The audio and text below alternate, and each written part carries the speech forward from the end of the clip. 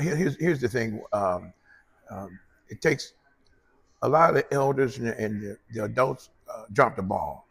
You know, my peers, they're more stuck on they're crazy and they're just doing stuff, and all the people want is young people want is direction. You know, if you're an athlete and everything, and you're caught up in different things. In fact, I could say this: when I was coming up, I was an athlete, and it was different. You know, everybody had their own slot. You had the guys that were considered the nerds; they stayed in one group.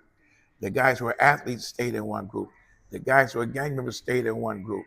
The guys that were like, we call them playboys, they stayed in one group. They all grouped off like that. None of us intermingled, but we all grew up together. Mm-hmm. And if you were, as an athlete, we always got a pass. We never, the gangs never messed with us throughout the city of Chicago. They would just know that we're athletes and they give us a pass. And so what happens is that because what because I guess being an athlete at that time was so pure that um, that they protected us, and we could move through that through playing basketball, playing baseball, or football. Mm-hmm. Now you have athletes that are getting caught up doing penitentiary time because they're doing crazy things and stuff like that. There's guys that I've seen growing up that we talk about LeBron James, we talk about Michael Jordan, we talk about Kobe Bryant, some of the great players that people know in the NBA with world fame. I've seen guys that are on the west side of Chicago, the south side of Chicago was better than them. Yeah. I seen it because during the summertime they would have summer basketball leagues here in Chicago, at Chicago State. They would have it at IIT, at Malcolm X College. They would have summer tournaments, and so these guys that dropped out of school and everything else, they would be in the tournaments. And Michael Jordan would be in the tournament, and a lot of professional players would be in the tournament, and they would be getting killed. Oh man. And these guys are coming off the street. They just took the side road and they didn't stay the course of school and everything else, but they could play ball. Yeah. They could play ball. They would kill anything in the NBA. Well, I know that. I know that's a tough thing to do. So what is some advice you could give to someone that maybe is drifting off Well, the wrong path? hopefully they'll listen to what I'm saying. Is that stay the course? Yeah. Because if when you go to the penitentiary, you're not going to have the luxury of doing the things you're doing now. You're not going to have guns and drugs and women. You're not going to have that. You're not going to have fame. You're going to be in a joint. So what do you want to do? You want to make all NBA, or do you want to make the all prison team? Yeah. You know, and it's guys like that that are in bad shape like that. So I would say, listen, you know, standing in a 4x12 for 10, 15 years is not going to do it. Yeah. And then all it takes is 1 second, you can change your life, and you'll be in bad shape. Yeah. And I don't want anybody to be in that kind of position. And so, but you, like I say, but whatever you do, there's consequences behind it. And you make those wrong moves, and it takes a second. Yeah. Don't be a follower in front of a bad leader. Yeah. You know, follow the best. Yeah. If someone's it's like a pig leading other pigs to slaughter. They follow the one that's going to get them killed at the end. And you have to be dedicated to, if you care about yourself, then, you know, try to do the right thing. If you can't, seek out someone who can. And for those people who are the elders, you need to reach out to these young people. Yeah. Because they need it and they want it. For those who want to listen, those who don't want to listen, they can go about it. They're going to self-destruct anyway. Yeah. Yeah. I love hearing that. I definitely see that because it's always, you know, I see a lot of older guys, you know, cool guys. They're leading all these kids the wrong direction. I think even music nowadays, the industry's pushing the wrong way. But I seen a lady the other day. She asked where her kids were. They were at the teen takeover. She said within 7 minutes she grabbed them. So I think that's a good point. The parents, everyone's asking what they need to do, but they know what they can do. You know, everyone can make an influence. Yeah, teen takeover in a positive manner is a great thing. Yeah, I was thinking you that. know, in a great manner. Yeah. I mean, listen, jail and penitentiary is not if you're a woman and you're in jail, there's no man for you to see. Yeah. If you're a man and you're in prison, there's no women to see. Yeah, That's what you want. Right. Yeah. I mean, listen. Well, if you're about that life and that's what you want to do, well, then have at it. Then just throw a brick at the penitentiary and going on in there. Exactly. There's only two.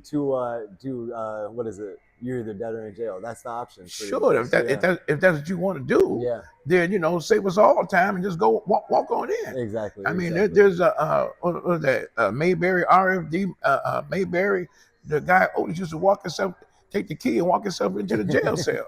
If that's what you want to do that. No, it seems like but before you make the move, think about the consequences. Yeah. You're talking about being there, and you can't go out. You can't go to 7-Eleven and get you a Slurpee. Mm-hmm. You were in there for years. Yeah, no. You were in there for years. From one small decision can change your life, from the bad side to the great side. Yeah.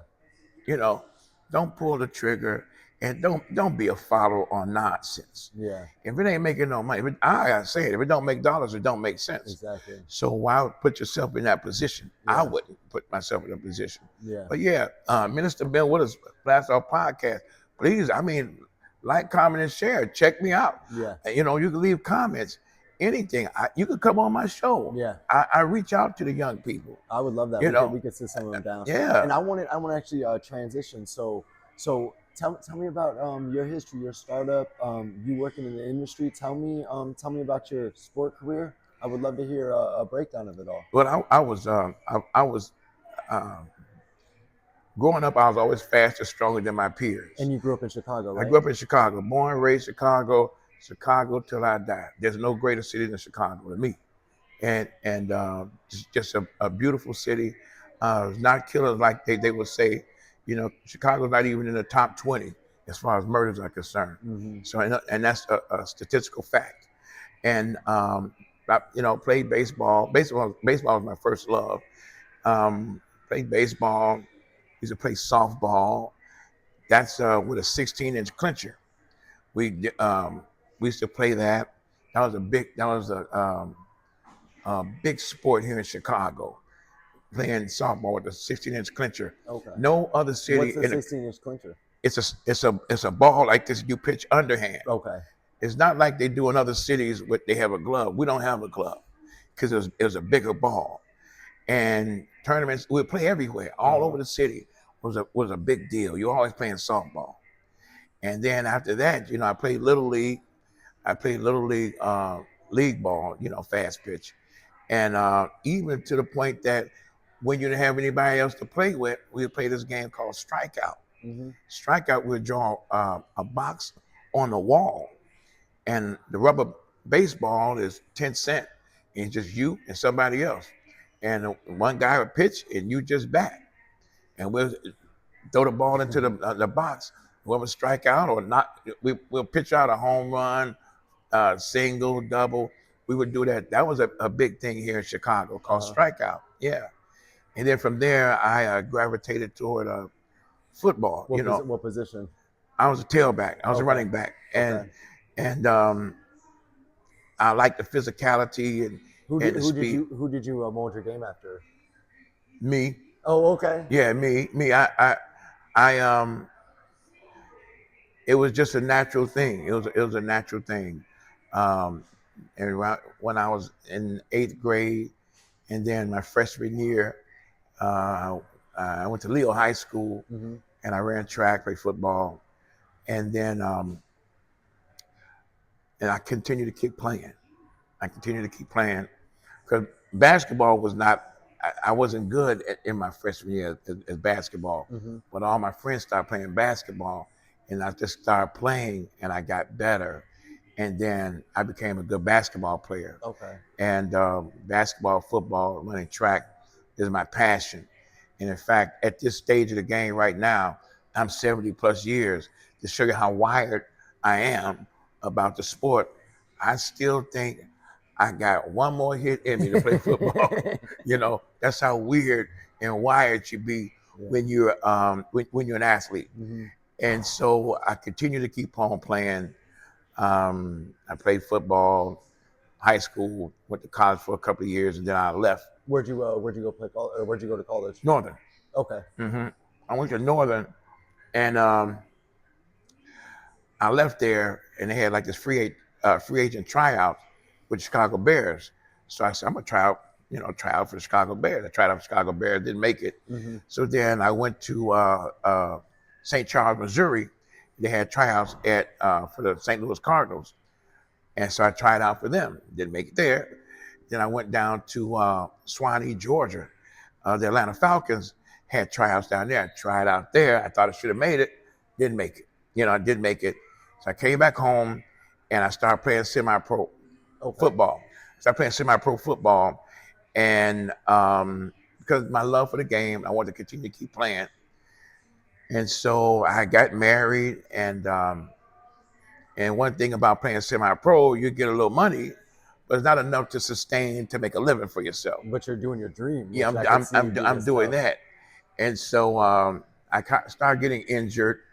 Shoulder separation, knee sprains, and I still got to go to work. And I'm wearing shoulder harnesses and knee mobilizers and things of that nature. And one day, my wife told me, she told me, she said, you're going, you keep getting injured. We got a mortgage, right? Yeah. And I had to think about that, like, yeah, we got a mortgage. And I can't keep doing it because, to play football, you got to train. And I didn't have time to train because I had to work. Mm-hmm. So I retired, and then I wound up starting my own semi-pro team. Okay. And I ran What was the team called? The Blue Island Cardinals in Blue Island. Yes. Wow. I had a team for like 10 years. Okay. And I stayed in that as a coach. I coached. I was a coach when I first started it out. And then I became general manager, owner, and everything. Oh, that's awesome. So how long did you run that for? 10 years. In fact, the first year we got beat by everybody. we got beat by everybody. And we had a lot of guys we recruited out of the Blue Island area, the Alsip, Midlothian area. And the team I had and the coaches were good guys, and my partner was a good guy also. But we was losing. I mean, we were getting beat bad. We lost every game we played. And anybody have any associated with me is that I don't like losing. Yeah. I don't like losing. I don't believe in good sportsmanship, being nice and everything else. I want to destroy you. Yeah. I do. I want to destroy you. Yeah. As I do these podcasts, I look at other people's podcasts. I'm trying to destroy you. Yeah. At all costs. Yeah. I am. And my thing is to be consistent. I don't look at, no one knows who's in second place. Mm-hmm. No one knows that, and it ain't personal. It's business. Yeah. And that's how I look at it. And so what happened was, after we lost that whole year, I got rid of everybody. I got rid of all the players, all the coaches, the cowboy, and everybody, like even my partner. I got rid of him too. Yeah. And so when I went into the Chicago Tribune, the editor name was Cooper Rollo, and I wanted to recruit people out of Chicago. And I remember the reporter said to me, he said, you're getting rid of everybody. You're starting from the ground up. He said, isn't that a lot of pressure? And I told him, I said, I make love to pressure. and that's when I started. And I got a lot of dogs out of Chicago. Mm. And we went and gave that league hell after that. That's awesome. And I made certain, because, go to the league meetings and everybody pat me on the back. Oh man, it's going to be all right. After the game, they shake my hand. Yeah, but they just beat the hell out of my team. I said, you want to get a chance to do it again. Yeah. And that's how I looked at everything. I looked at it like that. And so I just continue to push forward doing it. So I always want to be in a position to where I'm helping people, And mm-hmm. Then, so when did you transition to start doing podcasts from your football career? Yeah, that was something that my mother instructed me to do. Really? My mother's having health issues. And so one day we were talking, we were looking at the news, and we were looking at, just a lot of chaos on the news. And I said, Mom, they need to do this, they should do this, da da da da. And she said, well, you telling me all this stuff, why don't you tell the world? Why don't you use your voice to tell the world, because they need to hear it? And I'm like, okay, Mom. I don't even know where to start. In my mind, I said, how would I go about doing this? I had no way, no idea. This is not my direction. And so that's how I started out doing the podcast and everything. And I remember when she was, her health was failing, but she was always conscious enough to understand her directions and her instructions given me and what I was doing. And I would tell her, I said, Mom, how come I'm doing this stuff now? How come I wasn't doing this when I was in my 20s or 30s, when I was younger? And because I started this in my 60s. Mm-hmm. And she said, it wasn't your time yet. So the wisdom coming from the mother inspired me to do this. Other than that, I wouldn't be doing this. Yeah. And so as long as I'm alive to continue on, I'm going to do this. I'm going to do this until I can't no more. And this is from instructions from my mom. You know, people talk about, am I making money? No, I'm not making money doing this. You know, but I'm doing this because it's her instructions. Mm-hmm. And so, like I say, I've always wanted to respect my mother. And so that's why I do it. That's why I do it, Chris. That's awesome, Ben. Well, yeah, you give the best advice. You guide all the youth here. Mm-hmm. You know, the whole community here at the Croc. We look up to you. Yeah. And I just have one more thing. So I got this from you. So you have to shout out your parents. You talked about your mom this whole time. You didn't say anything. Man, so you gotta shout out your parents.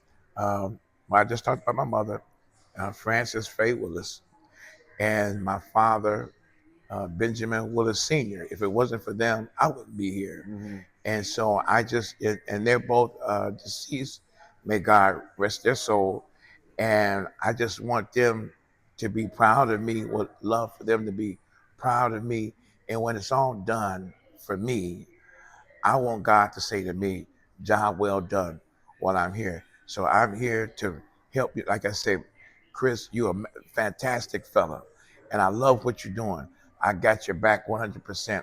And all the other young guys that we deal with, from the Dantes to the Dominics to, to Amron, Mm-hmm. these young fellas, I look for y'all to do great things. I expect great things out of you. I look and I watch you. Yeah. I watch all of y'all. Yeah. And I see exactly what you guys are doing. Continue on. Anything that I can do, I'm gonna do it, man. Yeah. I'm gonna do it. This is just what it is for me. This is my life. Yeah. And if I want people that I know, I want them to win. Yeah. I want them to win. I get the satisfaction out of people winning. Mm-hmm. And that's it for me. That's what it is for me. Yeah. Yeah. Well, that's awesome, man. But yeah, I appreciate all the guidance you give. All the advice you give really keeps me going. Mm-hmm. And whenever I'm down or anything, I think it's stuff you say. Stay in your lane. Stay in your lane. Stay there. I hear everything. So I really appreciate it, Ben. So hey, this is a remote. We did it differently today, but this is Ben Willis Blast Off Podcast, and we're signing out. Sign out. Thank you. All right. That was good.